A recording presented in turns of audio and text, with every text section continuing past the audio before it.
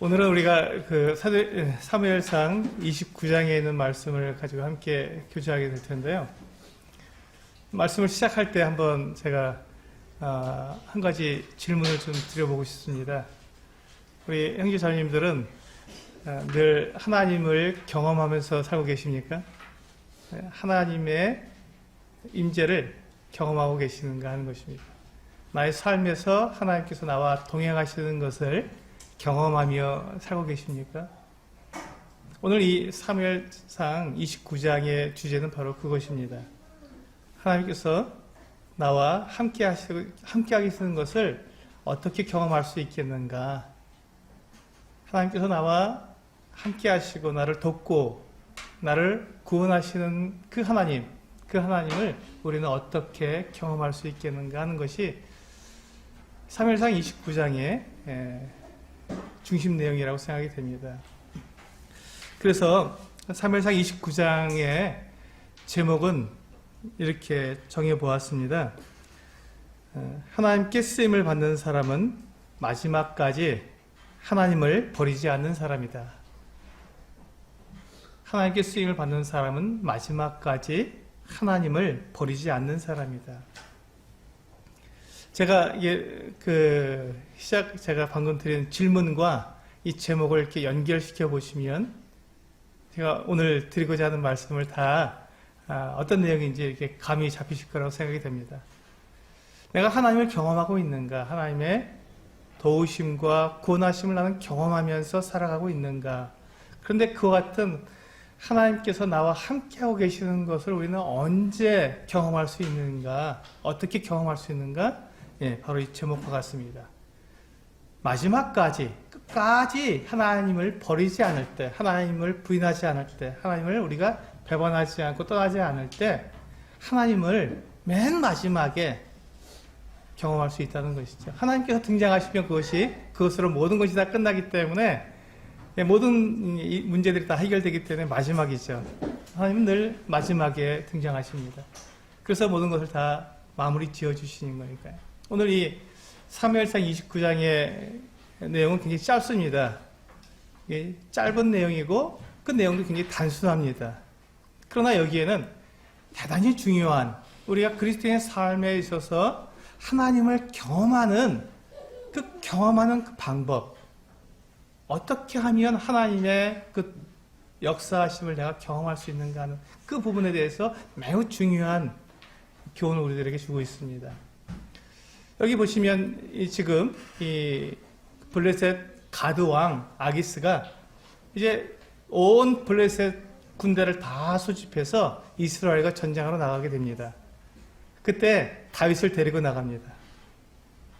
이 아기스 왕의 입장에서는 지금 이 다윗이 자기와 함께 자기 가드로 이렇게 망명해 와서 1년 6개월을 지내고 있는데 그동안에 이 다윗이 자기에게 보고하기를 지금 유다에게 속한 그 부족들을 공격해서 유다와 또 친밀한 그 같은 부족들을 공격해서 거기에서 그들을 다 정복하고 전리품을 얻어서 아기스 왕에게 갖고 왔기 때문에 그렇게 지금 믿고 있기 때문에 아기스 왕은 이 다윗을 데리고 이스라엘 사울 왕과 전쟁에 나가는데 전혀 부담이 없었습니다. 지금까지 늘 그렇게 이스라엘과 가까운 같은 부족들과 싸웠기 때문에 그것이 전혀 문제될 것이 없다고 생각했던 것이죠.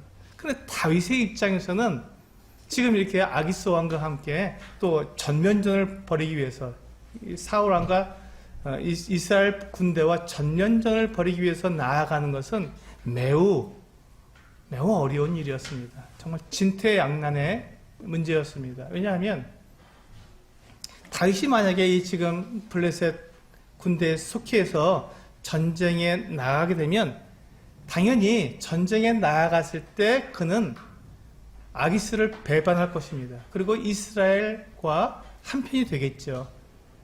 왜냐하면 다윗은 자기의 정체성을 한 번도 잃어버린 적이 없었기 때문에 당연히 그가 나아가서 전장터에 그가 나가게 됐다면 당연히 이스라엘과 그는 연합하게 될 것입니다. 그런데 문제는 뭐냐면 그가 이스라엘과 연합했을 때 그가 살 수 있는 가능성이 있겠냐는 것입니다. 왜냐하면 이 전쟁에서 사울의 세 아들이 다 죽었고 사울도 죽었습니다. 다윗이 이스라엘 편이 된다고 해서 다윗이 살 수 있는 가능성은 없는, 왜냐하면 전면전이었기 때문에 이 아기스 왕이 그 블레셋 5성에 있는 모든 군대를 다 총동원해서 전면전을 벌였기 때문에 대단히 큰 전쟁이었습니다. 그래서 거기에서 지금 그 사울 왕의 군대가 굉장히 약한 상태였기 때문에 다윗이 이 사울 왕의 편이 된다고 해서 그 살아남을 수 있는 가능성이 있었겠는가 하는 것입니다.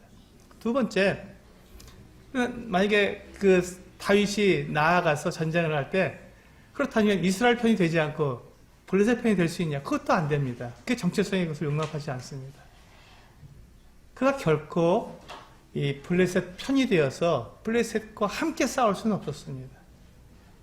그러니 지금 다윗은 전쟁터에 나가는 것이 불가능했죠. 그런데 만약에 여기서 다윗이 이게 지금 불편하니까 나가는 것이 어려우니까 나 나가지 않겠습니다 라고 말하는 순간 그는 뭐가 됩니까? 아기스 왕에게 아기스 왕을 배반하는 자가 되기 때문에 아기스 왕이 지금 자기 뒤에다가 자기를 배반할 수 있는 이 다윗 장수인데 이 사람을 남겨둔 채로 전쟁에 나가는 것은 너무 위험하니까 결코 그렇게 하지 않습니다. 만약에 다윗이 전쟁에 나갈 수 없다고 말하는 순간 아기스 왕은 다윗을 죽여버릴 겁니다.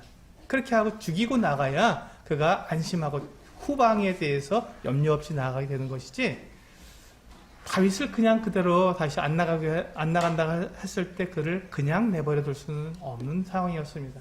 그러니 다윗은 지금 진퇴양난에 속해 있는 것이죠. 나아가서 싸울 수도 없고 안 나간다고 할 수도 없고, 그런 상황 속에서 다윗은 지금 굉장히 곤란한 중에 놓여 있는 것이죠. 우리도 종종 우리의 생활을 하다 보면 이렇게 진퇴양난에 빠질 때가 있습니다. 이렇게 할 수도 없고 저렇게 할 수도 없고 너무 곤란해서 내가 망하게 되었다.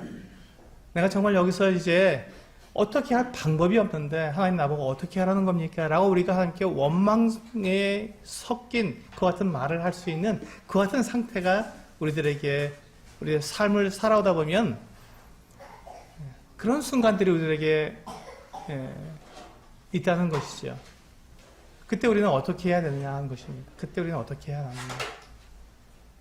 근데 종종 보면 사람들이 그와 같이 어떤 진퇴양난의 그 어떤 위기에 있을 때 도대체 내가 아무리 생각을 해도 이 위기를 내가 모면할 수 없고 나는 그저 이제 망하게 되었고 나는 이제 모든 것을 다 포기하게 될 그 같은 순간이 되었을 때 사람들이 생각할 때 어떻게 생각하냐면 내가 지금까지 하나님을 믿어왔고 하나님께서는 살아계시고 그 믿는 자들을 도우시고 인도하시는 하나님이라고 했는데 내가 겪어보니까 내가 이 마지막 순간까지 왔는데도 나를 돕지 않으시는 것을 보니까 하나님은 없구나.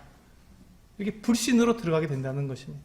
그리고는 마지막에 하나님을 배반하고 내 생각대로 나에게 유리한 대로 그렇게 내가 결단을 내리고 하나님을 떠나서 내가 그와 같은 상황을 피해버리는 것이죠. 내 방법대로 피하는 것이죠. 하나님을 의지하지 않고 내 방법대로 피하게 된다는 것입니다.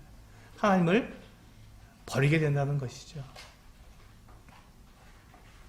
종종 우리는 또 어떤 경우가 있냐면 우리가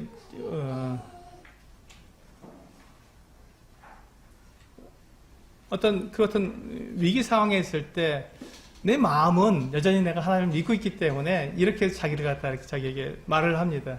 내가 이번만 내가 타협을 하고 내가 이 상황이 잘 해결만 되면 그 다음에 내가 하나님을 잘 섬기면 되지 않겠느냐 하는 이 어떤 스스로 자기가 이렇게 합리화시키는 이와 같은 생각을 통해서 이번만 나를 용서해 주시고 이번만 나의 이와 같은 타협하는 것들을 용서해 주시고 내가 이제 이 문제가 제대로 해결되면 나는 하나님을 정말 잘 섬기겠습니다 라고 우리가 그렇게 그 상황을 모면해버리는 내 힘으로, 내 지혜대로, 그리고 나에게 좋은 방법대로 그렇게 이 상황을 모면하려는 그와 같은 유혹에 우리가 빠지게 된다는 것이죠. 근데 이것이 바로 사탄이 우리들을 유혹하는 방법입니다. 네가 그렇게 믿어왔던 그 하나님은 어디 계시냐? 하나님이 그 믿는 자들을, 하나님을 의뢰하는 자들을 돕는다고 하셨는데, 이 지금 마지막 단계, 이 막다른 이 상황에 놓여 있는데 하나님이 너를 돕지 않지 않느냐? 그럼 하나님은 얻는 거지. 이렇게 우리들에게 속삭인다는 것입니다. 그때 우리는 그 속삭임, 그 유혹을 들었을 때 대단히 우리는 우리 안에서 큰 갈등을 일으키게 됩니다. 내가 이번만 하나님이 안 계시다고 말할 수는 없는데, 지금 이 상황에서는 어쩔 수 없으니까, 이 막다른 골목까지 왔는데, 정말 이제는 더 이상 내가 버틸 수 없는 이 지경까지 왔는데, 내가 이제 포기해야 되지 않느냐. 여기서 내가 잠깐만 내가 타협하면 될 텐데, 그것이 무슨 문제가 되겠느냐 하는 이와 같은 유혹이 들어온다는 것입니다. 그런데 우리가 여기 손을 넣으시고요. 히브리서 13장 말씀을 한번 보시겠습니다. 네.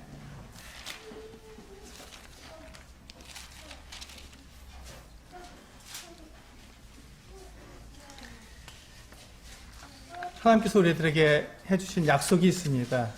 히브리서 13장 5절입니다.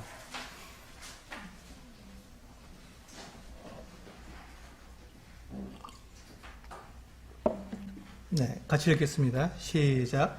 돈을 사랑하지 말고 있는 바를 족한 줄로 알라. 그가 친히 말씀하시기를 내가 결코 너희를 버리지 아니하고 너희를 떠나지 아니하리라 하셨느니라. 그렇습니다. 하나님께서 우리에게 약속해 주신 것이 있는데, 그것은 뭐냐면 내가 결코 너희를 버리지도 않고 떠나지도 않겠다고 하신 그 약속입니다. 하나님이 이 약속을 반드시 지키십니다. 하나님은 반드시 이 약속을 지키십니다. 우리를 결코 버리지도 아니하시고 떠나지도 아니하신다는 것입니다. 그런데 우리가 이 하나님, 이렇게 우리를 버리지도 않고 떠나지도 아니하시는 그 하나님을 우리가 경험하고 있느냐 하는 것입니다. 제가 처음에 서두에 드린 질문대로 이 하나님을 우리가 경험하고 있느냐 하는 것입니다. 그런데 우리가 이것을 경험하지 못하는 그 이유가 뭐냐면, 마지막까지 하나님께서 나를 버리지 아니하시고 나를 떠나지 아니하시는 그 순간까지 우리가 기다리지 못하고 견디지 못한다는 것이죠. 그리고는 내가 하나님을 의심해버리고 내 스스로 내 방법대로 내가 알고 있는 경험대로 그냥 결단을 내리고 피해버리는 것이죠. 그 마지막 상황을 피해버리는 것이죠. 지금 여기서 보시면 다윗이 그렇게 지금 아기스와 함께 전장터로 지금 나가고 있는데, 다윗은 지금 이 진퇴양난의 이 상황에서 자기가 어떻게 이 상황을 모면해야 되는지 알 길이 없었습니다. 하나님께서 어떻게 그를 도우실지 알 길이 없었습니다. 그러니까 다윗의 마음에는, 여기 보시면 다윗이 불안해했다거나 두려워했다거나 그가 염려했다는 그 같은 말씀이 없습니다. 그건 당당하게 나아갔습니다. 왜? 끝까지 하나님을 믿었기 때문에 그렇습니다. 마지막까지 그가 하나님을 믿었기 때문에. 그럼 전장터로 지금 나가고 있는, 지금 이제 좀 더 나가면 이제 진을 치는 곳까지 나가게 되면 전장터에 그가 투입이 될 텐데, 그는 그 상황까지 계속 끝까지 나아가고 있었던 것입니다. 바로 그때 하나님께서 역사하셨죠. 어떻게 역사했습니까? 이 아기스와 함께 그 진으로 나아가고 있는 이 다윗의 모습을 누가 봤습니까? 이 블레셋 수령들이 본 것입니다. 여러 그 성에서 수천 명씩, 수백 명씩 이끌고 온 이 장수들이 딱 봤는데, 다윗과 함께 그 이스라엘 군사들이 함께 아기스 왕과 함께 그 전쟁터에 나가고 있는 거예요. 지금 이스라엘과 전쟁하러 나가는데 이스라엘 군대가 가기들과 섞여서 나가고 있는 것을 본 이 블레셋 수령들이 깜짝 놀랐습니다. 그리고는 아기스 왕에게 말합니다. 저가 누구냐?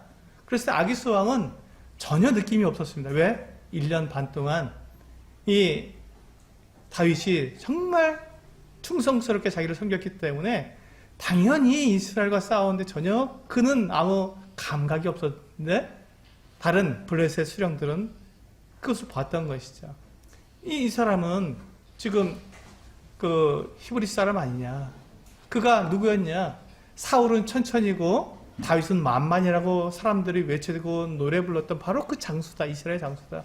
그가 지금 사울과 사이가 안 좋아서 지금 도망쳤다고 하지만 그 사람은 이스라엘 사람인데 이스라엘 또 왕이 될 사람인데 그가 전쟁에 나가서 지금 뒤에서 우리의 목을 다쳐서 그 우리들의 목을 가지고 사울왕에게 가면 얼마든지 사울왕하고 화해가 되지 않겠느냐.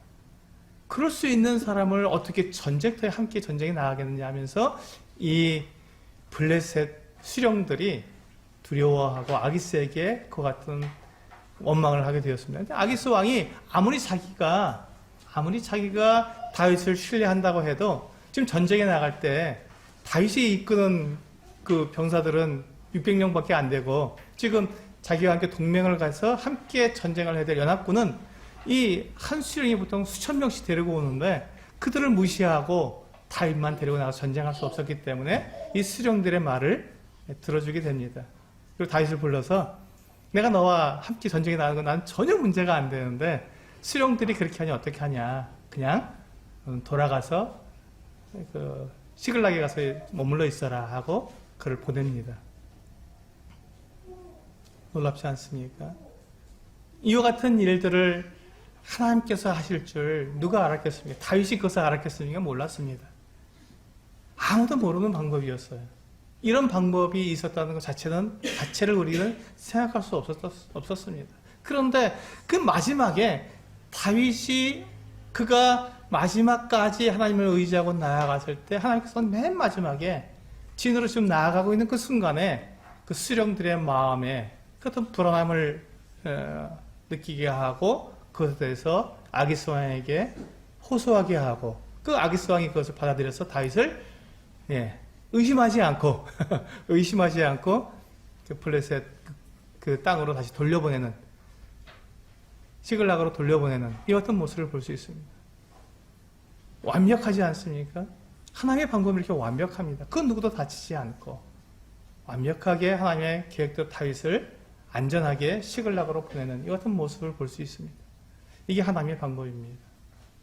마지막에 맨 마지막에 우리가 의지할 수 있는 그분. 우리가 이 같은 모습을 보면서 하나님께서 우리를 결코 우리를 버리지 않고 우리를 떠나지 않으신다는 이와 같은 하나님의 그 약속을 우리가 붙들고 나아가야 되는데 우리는 종종 그렇게 하지 못하고 다윗처럼 이렇게 끝까지 하나님을 의지하지 못하고 하나님의 그 놀라운 방법, 하나님의 그 계획, 하나님의 그 방법을 내가 경험하지 못하고 내 방법, 내 생각, 내 경험에 의해서 내가 먼저 움직여버리기 때문에 이 하나님, 마지막에 나를 구원하시고 정말 놀라운 방법으로 나에게 역사하시는 그 하나님을 우리는 경험하지 못하게 된다는 것입니다.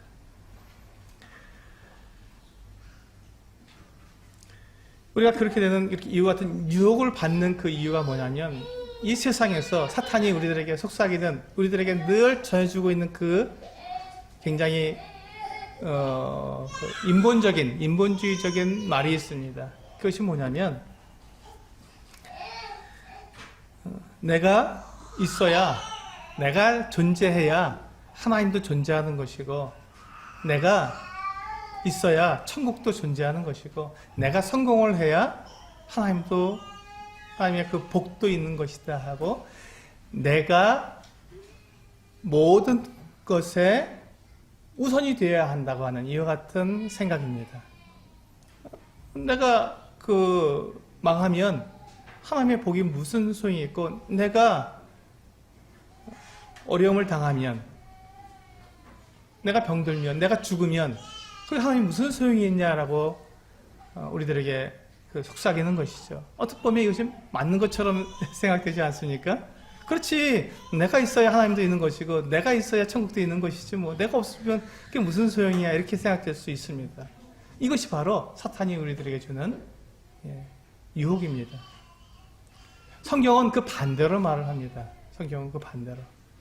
하나님이 계셔야 우리가 존재하는 것이고 하나님의 뜻이 이루어져야 우리에게 영광이 있는 것이고 하나님께서 나에게 복을 주셔야 내가 그 복을 누리게 된다는 것입니다. 여기서 보시면 이 순서만 바뀌었잖아요. 사실 어떻게 보면요.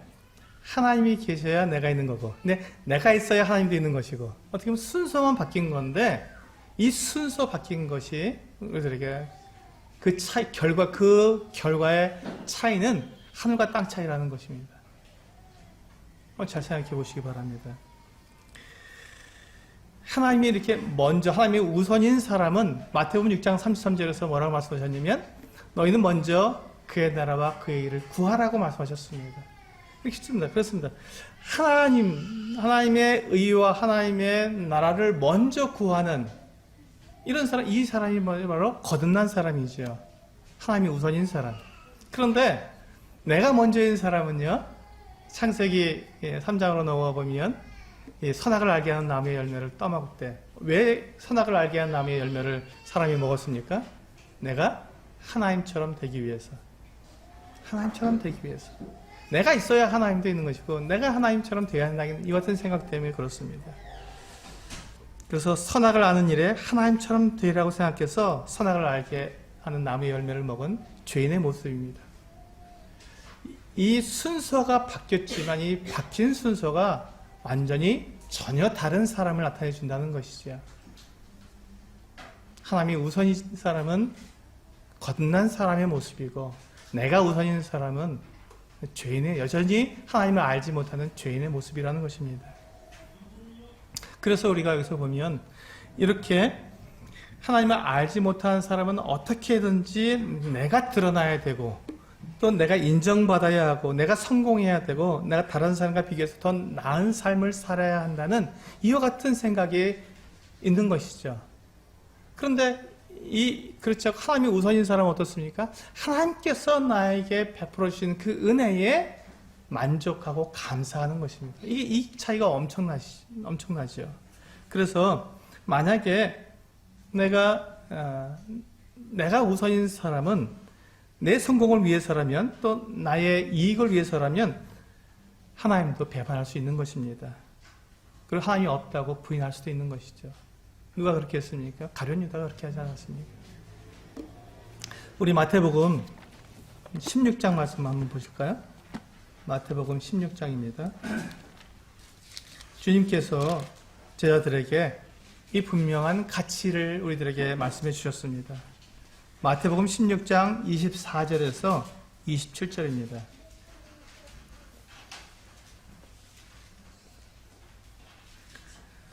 네, 마태복음 16장 24절에서 27절 같이 읽겠습니다. 시작.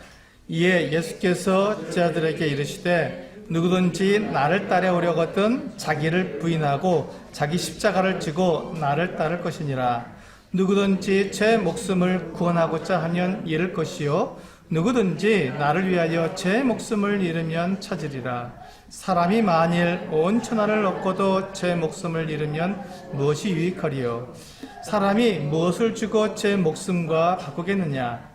인자가 아버지의 영광으로 그 천사들과 함께 오리니 그때 각 사람이 행한 대로 갚으리라. 주님께서 제자들에게 분명하게 말씀해 주셨습니다. 주님이 먼저냐? 내가 먼저냐? 하는 것입니다.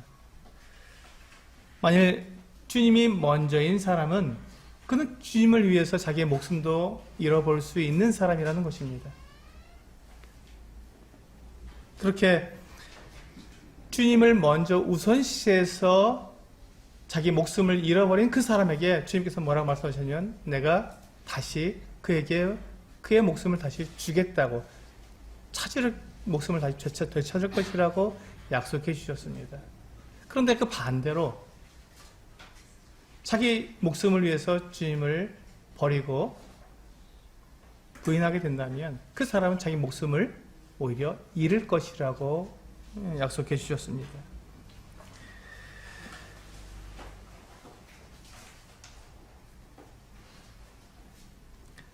(26절에) 보면 사람이 만일 온 천하를 얻고도 제 목숨을 잃으면 무엇이 유익하리요? 사람이 무엇을 주고 제 목숨과 바꾸겠느냐라고 말씀하고 있습니다.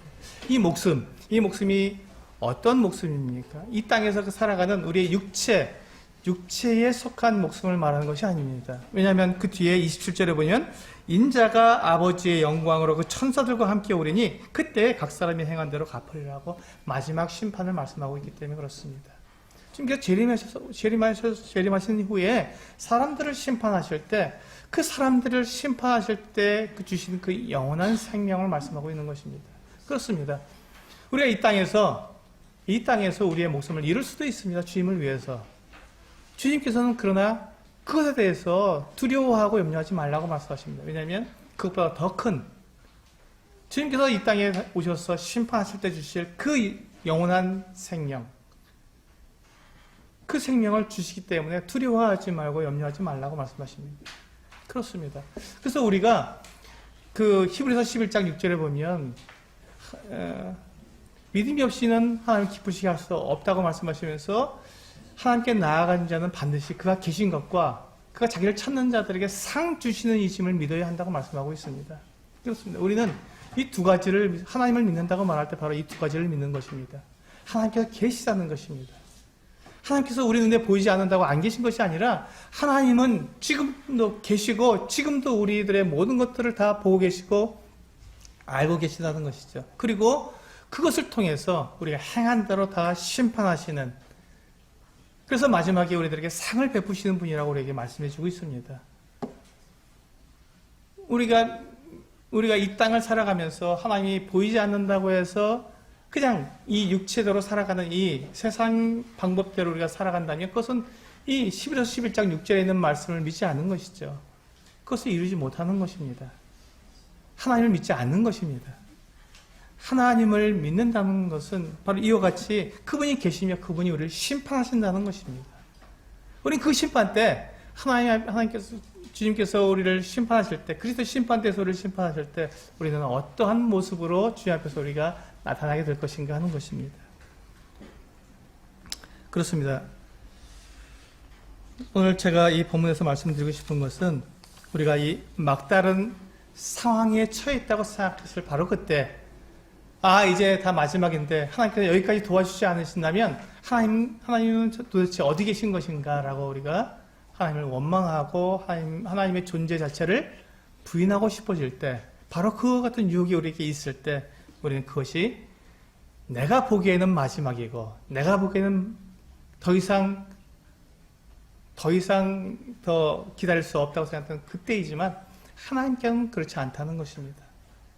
하나님께서는 여전히 살아계시고 하나님께서는 우리들에게 약속하신 대로 내가 너희를 버리지도 아니하시고 떠나지도 않겠다고 약속하신 그분이시기 때문에 그 약속을 지키시는 그 하나님이 살아계시다는 것이죠.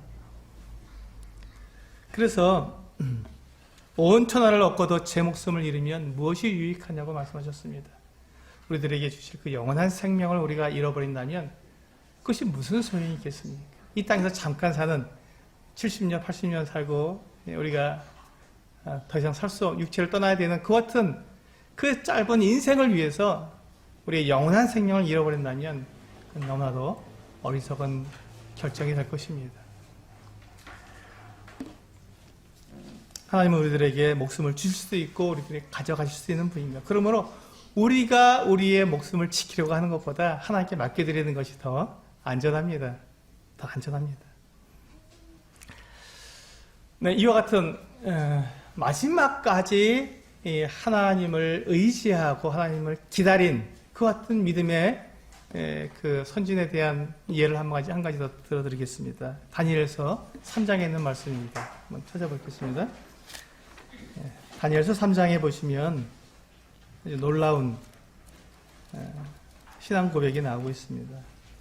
하나님을 경험한, 마지막에 하나님을 경험한 이 신앙의 위인들의 모습을 볼 수가 있습니다. 다니엘서 3장 14절에서 18절에 있는 말씀입니다.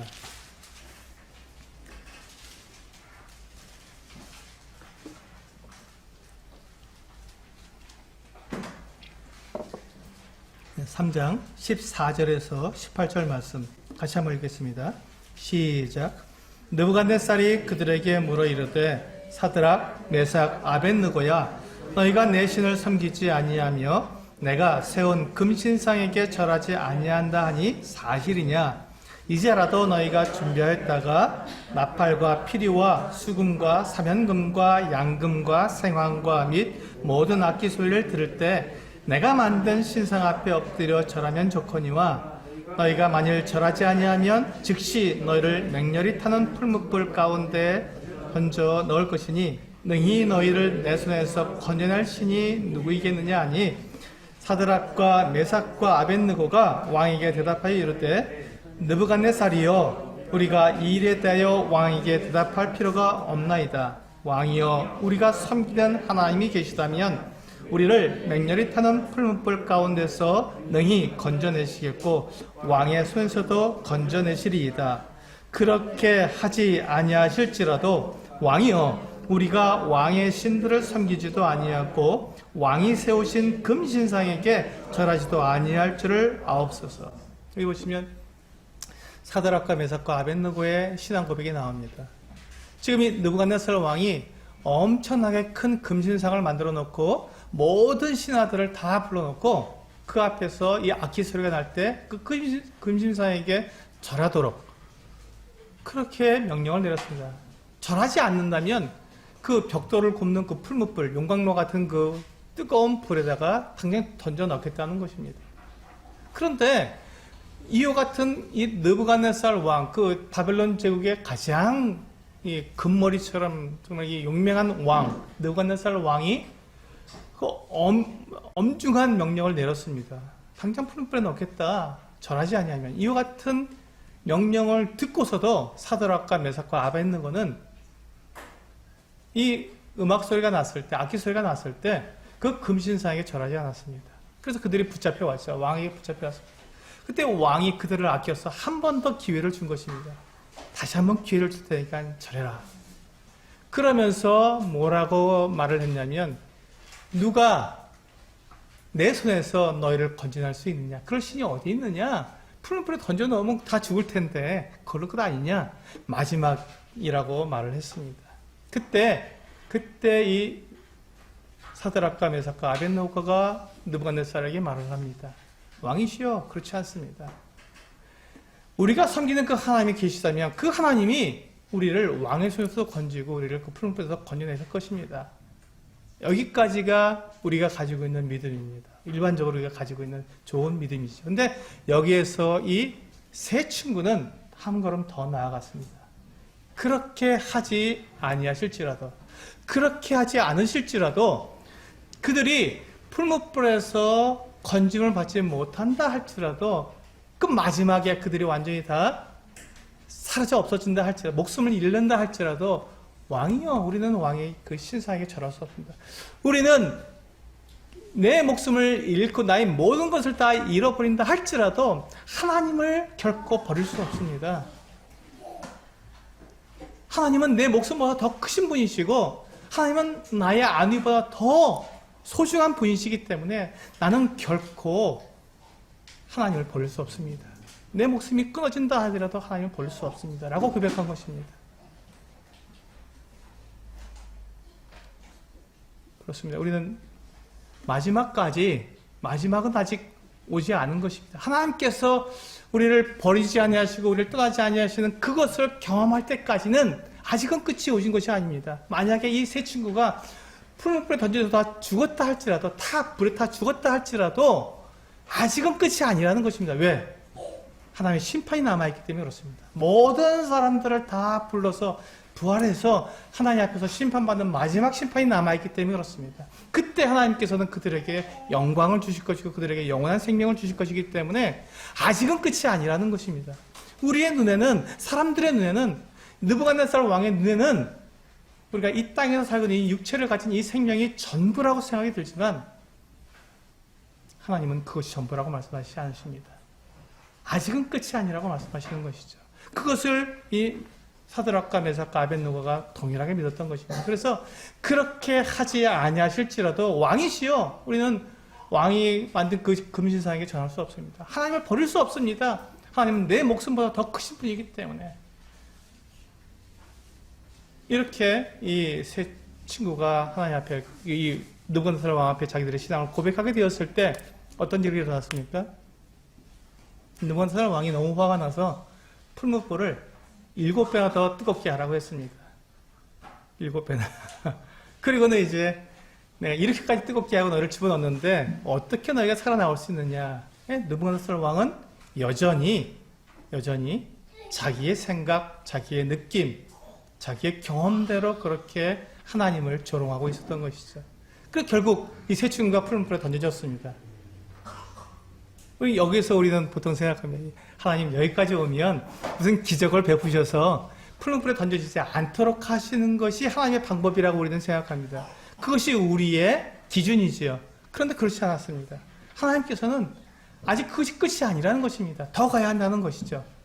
우리는 불안합니다. 푸른 불에 던져지게 되면 살아나올 수 없는 걸 뻔히 아니까 우리는 우리의 경험, 우리의 생각, 우리의 지식으로는 그 푸른 불에 던져졌을 때 결코 나올 수 없는 것이 당연한 것이기 때문에 우리는 거기서 두려워합니다. 여기서 우리는 타협하려고 하는 마음이 생긴다는 것입니다. 그런데 그때 이 세 친구는 푸른 불에 던져졌습니다. 그리고 그때 하나님은 역사하셨습니다. 풀무불에서 역사하셨던 것이죠. 우리의 생각, 우리의 사고, 우리의 경험을 뛰어넘는 하나님의 역사가 그때 일어난 것이죠. 그들이 그 7배나 더 뜨거운 풀무불에 던져졌는데 그 풀무불 속에서 3사람이 던져졌지만 4사람이 거닐고 있었다고 합니다. 그 7배나 뜨거운 그 풀무불에서 걸어 다닐 수 있는 사람이 누가 있습니까? 근데 그들이 전혀 해를 입지 않았다고 말을 합니다. 그래서 느부갓네살 왕이 풀무불 그 입구에 가서 아귀에 가서 불렀습니다. 지극히 높으신 하나님의 종 사드락과 메삭과 아벳느고야 나와라! 이 느부갓네살 왕의 입에서 뭐라고 고백했다고요? 지극히 높으신 하나님의 종, 그 하나님을 섬기는 너희여 나와라! 내 손에서 건져낼 신이 어딨냐고 그렇게 당당하게 외쳤던 느부갓네살 왕이 그 풀무불 앞에서 그 하나님을 고백할 수밖에 없고 그 앞에서 떨 수밖에 없었습니다. 그리고 나오라고 불렀습니다. 그런데 이 세 친구가 풀무불에서 나왔는데 불에 그을리지도 않았고 불탄 냄새도 나지 않았다고 성경에서는 말씀하고 있습니다. 이것이 하나님의 역사입니다. 이것이 우리가 마지막까지 하나님을 버리지 않아야 하는 이유입니다. 하나님은 항상 맨 마지막에 역사하시고 하나님이 역사하시면 그걸로 모든 문제가 다 해결되기 때문에 그것이 마지막이죠. 하나님께서 나에게 있는 그 문제를 해결해 주시지 않았다면 아직 끝이 온 것이 아닙니다. 끝이 올 때까지 우리는 더 기다려야 한다는 것입니다. 그 끝이 올 때까지 우리는 하나님을 배반할 수가 없는 것이죠. 버릴 수가 없는 것이죠. 근데 제가 이렇게 말씀을 드리면 그렇다면 하나님께서 늘 기적을 우리들을 보호하신다고 하니까 우리가 그럼 이 땅에서 우리가 전혀 죽지도 않고 해를 당하지 않는 것이 맞습니까? 마지막에 우리를 살리실 거니까요. 그렇지는 않습니다. 제가 아까 말씀드린 것처럼 하나님의 마지막은 우리의 육체에 관련된 마지막이 아니라 하나님의 마지막은 언제나 심판이 마지막입니다. 하나님의 마지막 심판이 있기 때문에 그렇습니다. 우리 그 사도행전 7장을 보시면 한 번 더 보실까요? 사도행전 7장을 말씀을 한 번 더 보시겠습니다.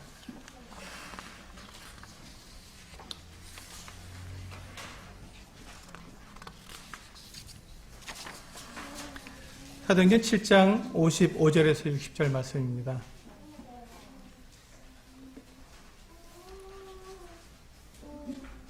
네, 55절에서 60절까지 같이 한번 읽어보겠습니다. 시작. 스데반이 성령 충만하여 하늘을 우러러 주목하여 하나님의 영광과 및 예수께서 하나님 우편에 서신 것을 보고 말하되 하늘이 열리고 인자가 하나님 우편에 서신 것을 보노라 하는데 그들이 큰 소리를 지르며 귀를 막고 일제히 그에게 달려들어 성 밖으로 내치고 돌로 칠세 증인들이 옷을 벗어 사울이라 하는 청년의 발 앞에 두니라. 그들이 돌로 스데반을 치니 스데반이 부르짖어 이르되 주 예수여 내 영혼을 받으시옵소서 하고 무릎을 꿇고 크게 불러 이르되 주여 이 죄를 그들에게 돌리지 마옵소서 이 말을 하고 자니라. 스데반은 성령이 충만한 사람이었습니다.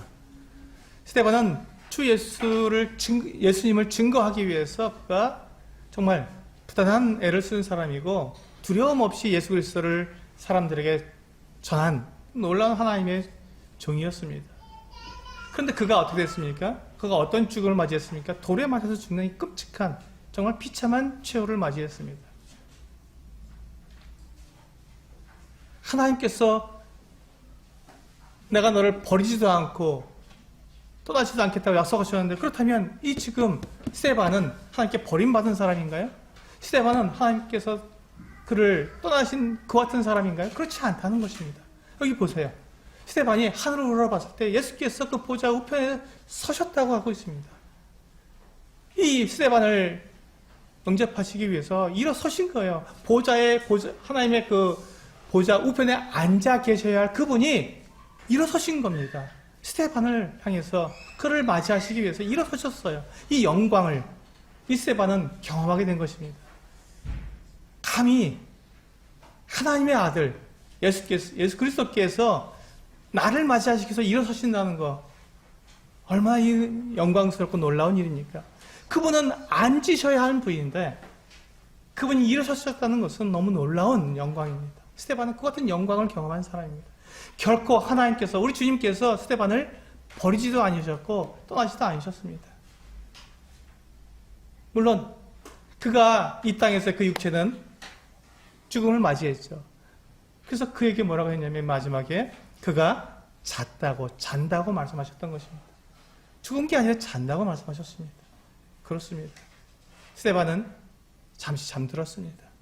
이제 곧 그가 깨어날 것이고, 그가 깨어나면 이제 우리가 동일하게 우리 주님께 주시는 그 영광스러운 몸으로 우리가 부활하게 되면 그가 예수 그리스도의 보좌 앞에서, 그리스도의 심판대 앞에서 우리가 상을 받게 될 텐데, 그가 받을 상을 한번 생각해 보시기 바랍니다. 그 순교자의 상, 예수 그리스도를 위해서 자기 목숨을 내어놓기까지 결코 타협하지 않은, 끝까지 마지막까지 자기의 목숨을 내어놓으면서 예수 그리스도를 부인하지 않은 이 순교자의 받을 상을 생각해 보시기 바랍니다. 얼마나 놀라운 상을 받을까요?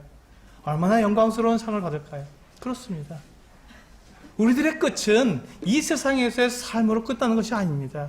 우리들의 삶은 영원한 삶, 하늘나라에서의 그 영원한 삶이 우리들에게 보장되어 있고 약속되어 있고, 그것이 참 우리들의 삶, 그 진짜 생명이기 때문에 이 땅에서 우리가 우리 육체의 생명을 잃어버리는 것, 그것이 우리들에게는 마지막이 아니라는 것입니다. 스데반은 우리들에게 그것을 보여주고 있습니다. 그리고 우리는 동일한 약속을 받은 사람들입니다.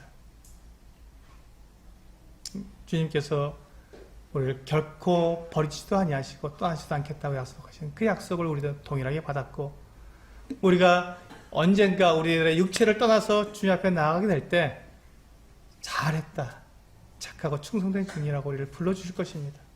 정말 수고했다, 그 많은 어려움들을 어떻게 견뎌냈니 하고 우리를 위로하시고 우리에게 상을 주실 것입니다. 바로 그 주님의 그 심판, 주님께 우리에게 주실 상을 바라보면서 우리는 어떻게 해야 합니까? 우리는 마지막까지 하나님을 버리지 않는 사람이 되어야 하는 것입니다. 사단은 우리를 계속해서 유혹할 것입니다. 하나님이 어디 있어? 네가 이와 같은 어려움을 당할 때 하나님이 너를 정말 돌봐주시고 이 어려움에서 너를 건져주셔야 되는 것, 그래 하나님이 계시는 건 맞지 않아? 라고 우리에게 속삭이고 우리를 유혹할 것입니다. 우리를 불안하게 만들고 우리를 두렵게 만들 것입니다. 하나님이 너를 버리셨어, 하나님이 너를 떠나셨단 말이야 하고 우리들에게 그렇게 속삭이며 우리를 두렵게 만들 것입니다. 세상과 사탄은 그렇게 할 것입니다. 바로 그때 우리는 그것을, 이 하나님께서 우리들에게 하신 이 약속, 틀림없는 약속, 히브리서 13장 5절에 있는 그 분명한 약속을 우리는 기억하고 그 말씀을 붙들고 우리는 그것을 두려움 없이 마지막까지 하나님을 붙들고 하나님을 의지하고 나아가야 하는 것입니다. 그럴 때 우리는 우리들의 생각과 다른, 우리들의 이 지각에 뛰어나신 하나님의 평강이 우리를 주장하시는 것을 경험하며 그 살아계신 하나님, 우리가 동행하시는 하나님, 나를 보호하시고 인도하시는 그 하나님을 우리는 경험하며 살아갈 수 있을 것입니다. 그것이 바로 우리의 믿음입니다. 그것이 우리의 승리이고요. 그것이 하나님께서 우리들에게 보기 원하시는 하나님의 그 기쁘심, 하나님 기뻐하게 만드는 것이 바로 그것입니다. 히브리서 11장 6절에서 말씀하시고 있는 것처럼 하나님께서 계시며 그분이 우리에게 상을 베푸시는 분이라는 우리가 믿을 때, 그럴 때 우리는 하나님을 기쁘시게 하는 사람들이 된다고 약속해 주셨습니다. 마지막까지 하나님께서 역사하지 않으시면 아직 끝난 것이 아닙니다. 내가 보기에는 끝인 것 같고 내가 보기에는 더 이상 갈 길이 없다고 생각될지언정 하나님에게는 그렇지 않다는 것입니다.